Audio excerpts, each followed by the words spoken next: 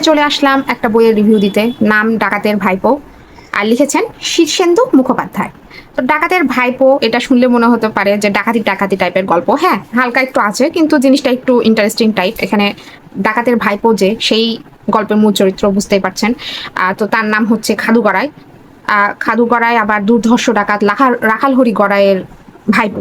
কিন্তু রাখাল হরি গড়াই যদিও দুর্ধর্ষ ডাকাত, সেদিকে তার ভাইপো তার একদম পুরো উল্টো। সে ডাকাতি করে না, ডাকাতি জানেও না, তার সাইজ একদম লিকলিকে। সবাই তাকে দেখে খুব তুচ্ছ তাচ্ছিল্য করে, কিন্তু পরে দেখতে পাওয়া যায় যে না, তার মাথায় বুদ্ধি অন্যরকম। আর তার চরিত্রটা অনেক ইন্টারেস্টিং এখানে। সে প্রথমে কাশীবাবুর বাসায় যে হাজির হয়, কাশীবাবুর বাসাতে যে হাজির হয়ে তার বাবাকে পটিয়ে সেই বাসায় জায়গা তৈরি করে নেয়। কিন্তু এমন না যে সে সেখানে কোনো ডাকাতি করে। এদিকে রাখাল হরি তার ভাইপোকে খুঁজতেছিল, খুঁজতে যায় সে ভুল করে কাশীবাবুকে মনে করে যে তার ভাইপো, এভাবে তুলে নিয়ে যায়।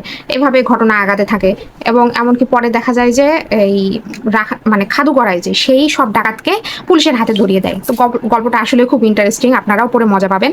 এই তো, সবাই ভালো থাকবেন, আল্লাহ হাফিজ।